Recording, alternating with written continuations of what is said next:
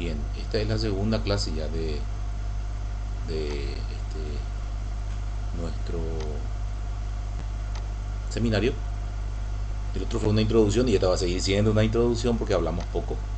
Y de hecho que va a ser breve, no va a ser tan extensa. Mira, unidad 1, esta es la temática. Unidad 1, el tema de la unidad 1, así tal cual está en la guía didáctica. Materiales de lectura, hay un texto y la primera parte del texto obviamente sobre el tema. La presentación diapositiva, que es el PowerPoint como dice ahí, ¿verdad? Pero en realidad no es PowerPoint. PowerPoint es la ofimática de Microsoft, pero hay muchos tipos de presentaciones diapositivas. Por eso que le quito la palabra PowerPoint porque no es de PowerPoint. Bueno, y antes les muestro lo que viene. Y aquí está materiales audiovisuales. Aquí va a estar el vídeo de la clase, que ese ya se está grabando, por cierto. La tarea, como ya dije, un comentario breve en base al texto y de la clase. Y más arriba tenemos avisos, no se usa casi, materiales generales de la asignatura, la guía didáctica. Voy a entrar para que vean.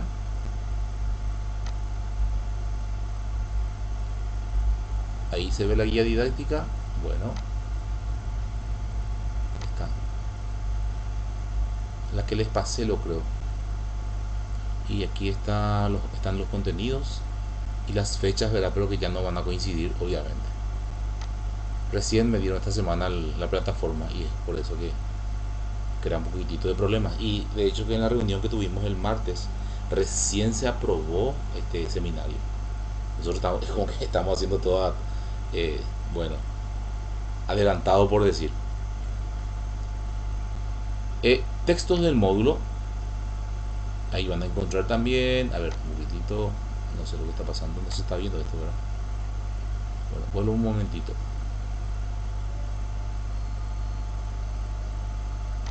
Salió, un ratito.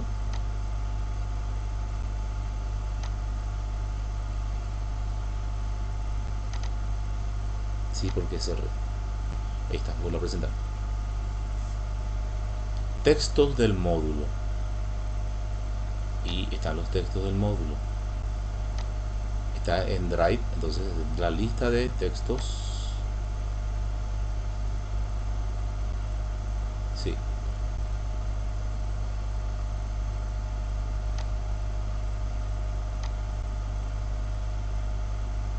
Y también está la guía didáctica, o sea, todo lo concerniente a la disciplina está aquí.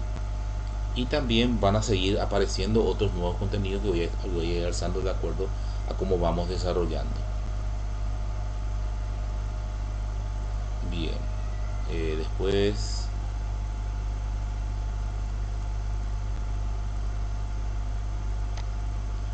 textos complementarios.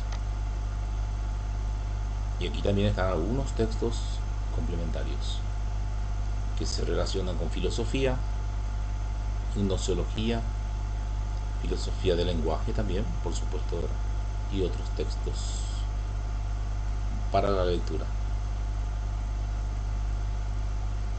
Bien. Y después es todo. Hay un foro de presentación, si se quiere. No es obligatorio, no tiene puntaje. Y a partir de la unidad 1 ya sí vamos a ir juntando los puntitos. Bueno, me voy a la diapositiva de la clase que está en Prezi.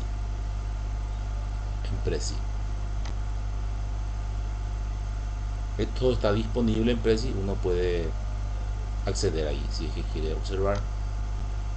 Filosofía del lenguaje, una pequeña introducción, qué es filosofía del lenguaje, planteamiento histórico y propuestas actuales. Brevemente, todo breve, lo esencial por decir, sin tantas vueltas. La conexión cuesta, no es así nomás. Bueno, ¿qué es el lenguaje? La pregunta filosófica, como dijimos aquella vez, siempre es el qué es, qué son las cosas. En este caso, ¿qué es el lenguaje? El lenguaje humano. Es la pregunta filosófica. Y eso vamos a ir respondiendo de a poco. Yo di creo que una definición vez pasada, voy a repetir esa definición. El lenguaje es toda forma de expresión, toda forma de expresión que expresa algo, que comunica algo. Ese es el lenguaje. De hecho que hay muchas teorías al respecto, pero esta es, podemos decir, una definición básica de lo que es el lenguaje.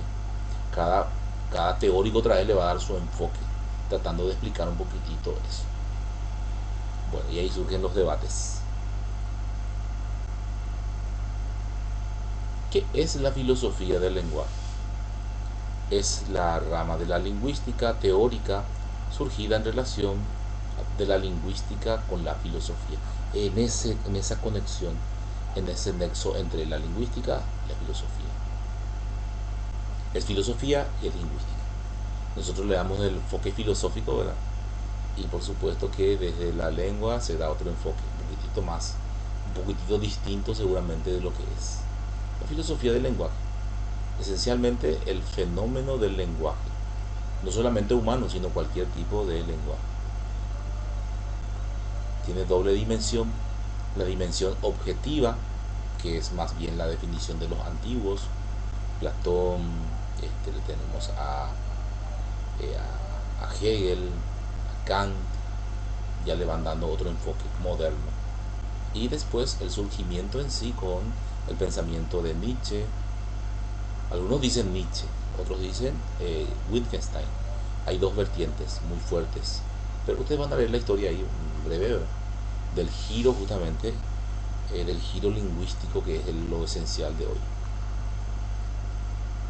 El giro que le dan a la filosofía. El planteamiento histórico, desde la antigüedad hasta el Renacimiento de manera objetiva, como decía yo en la primera parte.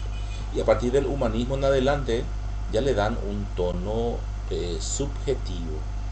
O sea, no, el hombre de acuerdo a su expresión y su percepción se va interpretando las cosas. Ya no más tanto en un orden lógico estático, sino un orden lógico dinámico. ¿Se acuerdan seguramente ustedes en la lógica formal? Todo era estructurado y decían, todo hombre es mortal y no se podía tanto modificar ese lenguaje. Sin embargo, la lógica moderna ya se va adecuando al hablar de todas las personas, como habla la persona. Entonces se va juntando esas cuestiones, ¿verdad? Se va interpretando de acuerdo a cómo se expresa un discurso. Y no precisamente que ese discurso se adecue a las formas lógicas, sino que las formas lógicas se adecuen al discurso de una persona, a la expresión humana. Esa es la diferencia entre lo objetivo y lo subjetivo. Lo subjetivo, ¿por qué? Porque el análisis lógico se da a partir de cualquier texto y no tanto el enfoque aristotélico tomista o leibniziano, un enfoque estricto, un enfoque que no podés cambiar tanto. Y nadie habla de esa forma, pues. Y eso es lo que descubre Ludwig Wittgenstein en el juego del lenguaje. La filosofía griega, la antigua, que tenemos a el representante que es Platón y Cratilo. Platón en realidad y Cratilo su obra. Tenemos también la teoría de convencionalista de las leyes que se van adecuando a las realidades, de Hermógenes, y Cratilo propiamente en una teoría más naturalista o física. Las leyes que se van adecuando a la física en esa relación, un tanto, ¿verdad? Es un precursor de la lingüística, del nacimiento de la lingüística por Platón en sus obras. Después tenemos la postura kantiana, dice lenguaje como objeto no explícito, sino que va implícito a todo, no hay necesidad de tanto objetivar a un lenguaje, estudiar al lenguaje de esa forma, pero ya toma como punto de partida el lenguaje, o sea, ya tiene en cuenta el lenguaje humano. Subjetivo activo, no pasivo, que pone todo de por sí, ¿verdad? Para interpretar la realidad, y va también de la mano con el giro copernicano en esa época. Hegel y el inicio de la filosofía del lenguaje. El lenguaje como disciplina autónoma, ya va diferenciando Hegel. Y el lenguaje como condición de posibilidad de ser del ser humano. Y también el lenguaje como eh, ya voy a querer hablar en el lenguaje hegeliano, perdón, de Heidegger, como el centro, dice, el centro, la casa del ser, el lenguaje humano, por supuesto, según Heidegger, que ya es un filósofo posterior a Hegel.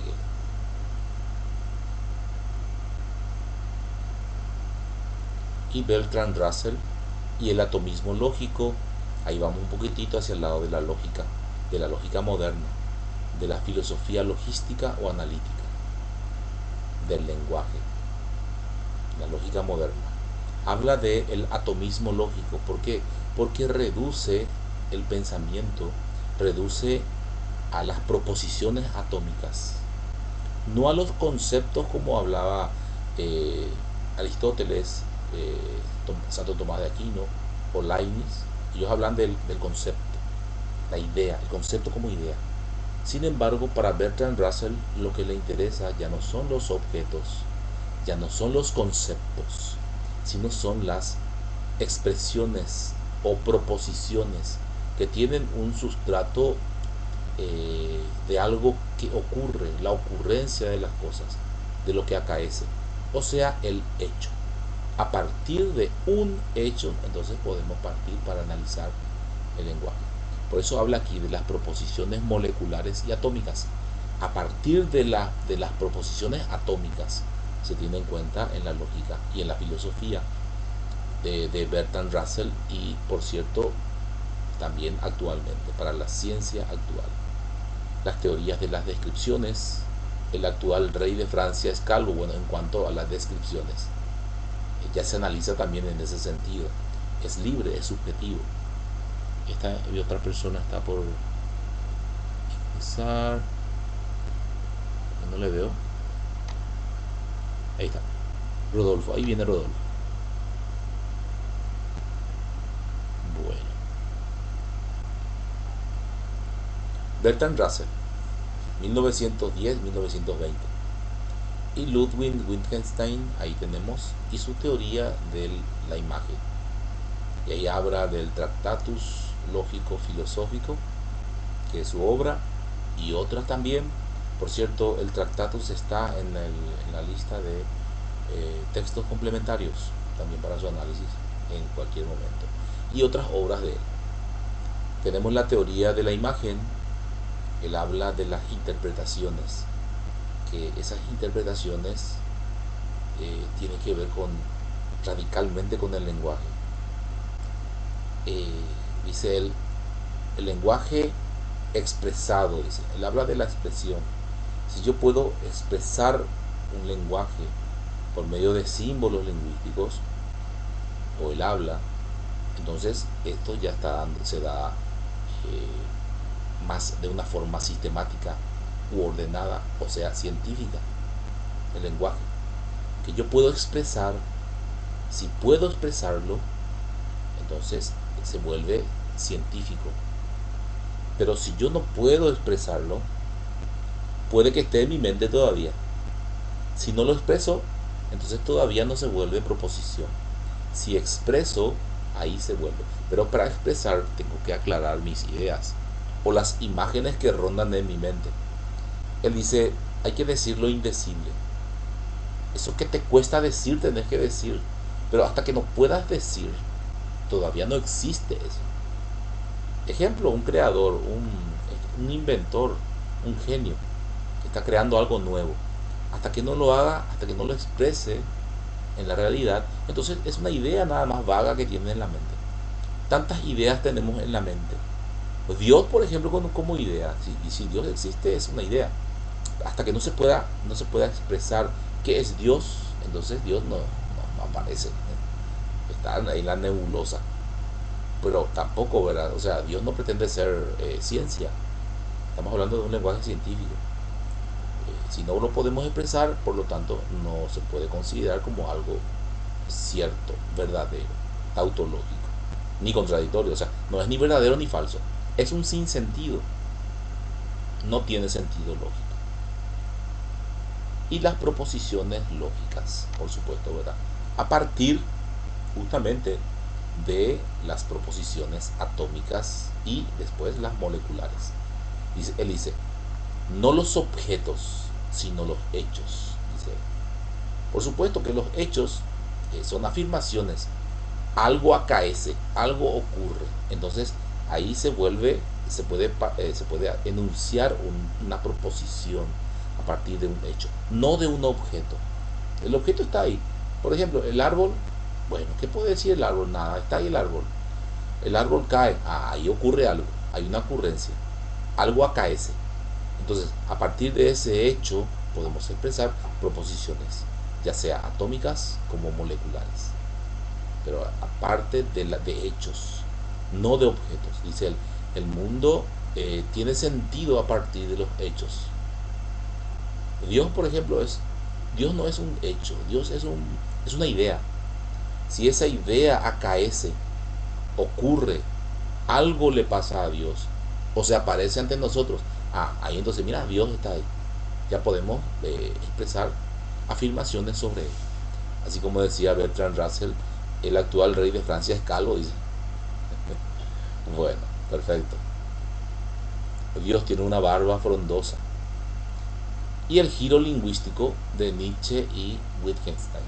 Bueno, algunos sostienen que fue Nietzsche y otros, de hecho, que ambos fueron. Pero, y ambos son relativamente contemporáneos.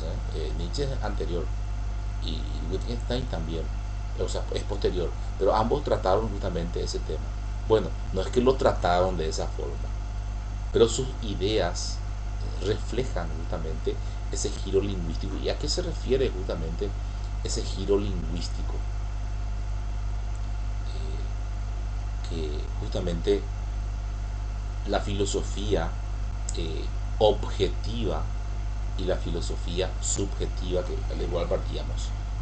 A la filosofía le interesaba más la esencia de las cosas, la filosofía clásica, la metafísica, y todo lo que viene, todo ese cuento que viene dentro de la metafísica, ¿verdad? Pero que ya termina justamente con estos filósofos. Desde Kant, de hecho, rechazan la metafísica. Y Nietzsche también, con más razón. Él dice la vida. Y Ludwig dice, y habla un poco más, dice más. ¿Cuál es el rol de la filosofía? El rol de la filosofía es, dice Aristóteles, la captación de las esencias de las cosas. Dice. La esencia. ¿Y qué nos dice Ludwig Wittgenstein? Nos dice, la filosofía está para, a través del lenguaje, darle un rol protagónico, explicar qué son las cosas. ¿Ven esa postura mía de decir qué es la filosofía? Bueno, mejor dicho, la pregunta filosófica, ¿qué son las cosas? Se refiere al lenguaje de Wittgenstein. Él dice que el rol de la filosofía es explicar qué son las cosas a través del lenguaje, delimitar a través del lenguaje lo que son las cosas. Para empezar, ¿qué es la filosofía? ¿Qué es el hombre? ¿Ven? Le dan un papel protagónico al ser humano que procura explicar qué son las cosas. Y ese es el rol de la filosofía. El rol de la filosofía, el esclarecimiento de las cosas. Lo anterior era nada más el rol pasivo de la filosofía. El filósofo que aceptaba tal cual era la realidad. Por ejemplo, el hombre. El hombre no se podía más cambiar de lo que era. El hombre es o era animal racional. Y hasta ahí. Pero racional. Te quedas con eso. No puedes cambiar. No hay evolución de ese concepto. Sin embargo, Ludwig hace de otra forma. O sea, esa definición no es definitiva. El hombre va a ir ampliándose. O sea, el ser humano es un ser dinámico que va aumentando, va evolucionando y cada vez va descubriendo más cosas, entonces va cambiando. La educación, por ejemplo, la educación antigua, esa era la verdadera y la única forma de educar. Me refiero a la escuela tradicional. Sin embargo, después de que surgen las teorías modernas, nos damos cuenta de que esa no era ni siquiera la forma de poder educar. Me refiero a la nueva escuela, con sus nuevas teorías, con sus nuevos enfoques. Entonces, cada vez la educación va mejorando, entre comillas, ¿verdad? Bueno, va mejorando, se va evolucionando. Las técnicas o teorías o enfoques nuevos cambian realmente el rol, el enfoque. Hay un giro también ahí en la educación. El docente era el centro y ahora el alumno pasa a ser el centro de todo. Bueno, y esas cuestiones, ¿verdad? En donde realmente van cambiando y van mejorando. Bueno, ¿alguna pregunta hasta ahí? No sé si voy rápido.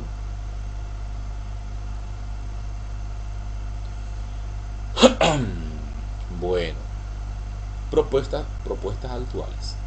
La problemática del lenguaje ahora sí se enfoca como una problemática, como dijimos vez pasada, para ser el núcleo de la reflexión filosófica. Pasa a ser el núcleo. Esto posibilita el desarrollo de la filosofía del lenguaje en una doble dirección. Una como la analítica del lenguaje, o sea, la lógica. A través de la lógica, analizar el lenguaje. ¿Qué significa analizar? Dividir en partes y enfocarse bien en su estudio. Y la filosofía hermenéutica del lenguaje. ¿Qué es la hermenéutica?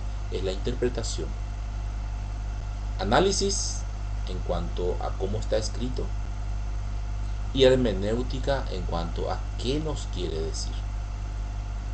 Ese estudio sabemos que viene desde épocas inmemoriales, desde la interpretación de la Biblia, ¿verdad? Y que aún sigue. O sea, la Biblia se sigue interpretando. Cada iglesia del cristianismo tiene su propia hermenéutica, o sea, su propia forma de interpretar.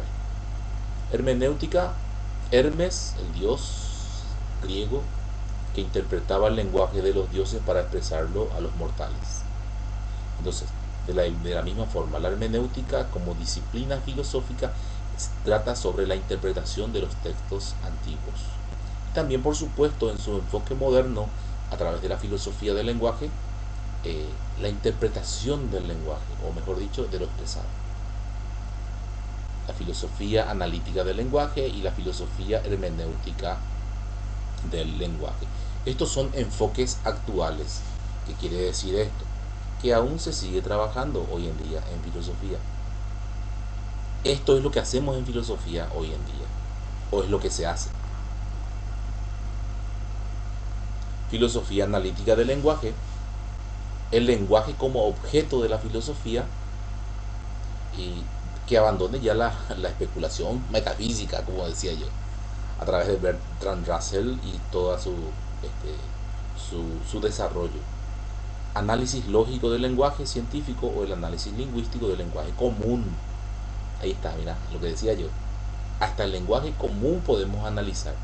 Y les molesta a mis alumnos que yo siempre esté analizando así como hablan, ¿verdad? Y ellos piensan que yo por pesado nomás les corrijo así porque lo que está diciendo no es cierto, o sea, no tiene sentido así como lo está expresando.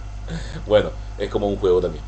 Representante más relevante, Russell, que es el filósofo. Conexión entre el lenguaje y la realidad, la necesidad de analizar el lenguaje y revisar la forma de hablar del mundo. No es de mentira.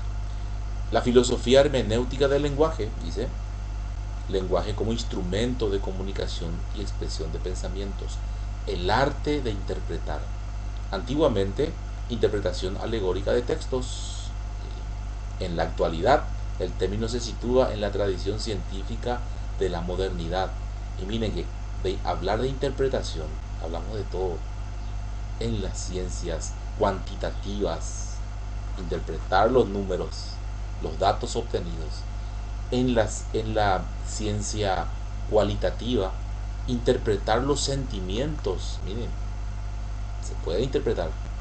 Hay toda una forma de interpretación del sentir de las personas. Interpretación de toda la realidad. La hermenéutica trascendental existencial. El procedimiento interpretativo del lenguaje nos lleva a la comprensión total. Y por supuesto, la importancia del lenguaje. La hermenéutica crítico-estructural del lenguaje. Interpretar es atender a lo que el lenguaje calla. Es muy profundo este tema.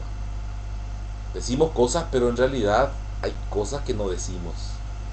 Cuando vos decís muchas cosas, hay cosas que ocultás. La función mediadora entre el sujeto y objeto queda neutralizados.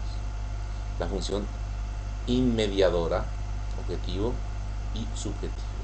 Valores que se disputan en un espacio, en un espacio en el discurso. Y los puntos fundamentales tratados, ¿verdad? Todo conocimiento implica un procedimiento interpretativo del lenguaje. Todo conocimiento. Traducción de un lenguaje texto a un lenguaje, a nuestro lenguaje. Eso es lo que se debería más de hacer, ¿verdad?, en la ciencia. Un instrumento de medición hecho en otro idioma o por otras personas, ¿verdad? Traducirse un poquitito a nuestro lenguaje. Ha de adaptarse al objeto. Toda interpretación dialéctica, toda interpretación es dialéctica. Sujeto al otro sujeto, lo que viene del otro sujeto y lo que yo interpreto. Ahora, por ejemplo, nuestra comunicación es virtual, sincrónica. O sea, hay sincronicidad en el tiempo. Pero lo que yo estoy haciendo es grabando la sesión para que después cualquiera de ustedes pueda ver y rever otra vez eso, ¿verdad? Yo voy a colgar en YouTube, por cierto, porque es más liviano. Y que puedan ver lo que ocurrió si es que no pudieron asistir o no me quedó claro algo, yo puedo rebobinar. O bien, si una persona faltó, por ejemplo, no pudo estar, que pueda ver por primera vez. Ya no va a ser lo mismo seguramente, pero tal vez tenga el mismo valor o tal vez tenga un mayor valor para él. No sabemos. Es el futuro. Y después va a ser el pasado. Ah, esto ya pasó. Ah, esto me interesa. Ah, no, esto no me interesa. Analizamos de esa forma, ¿verdad? Algo que ya se vuelve así.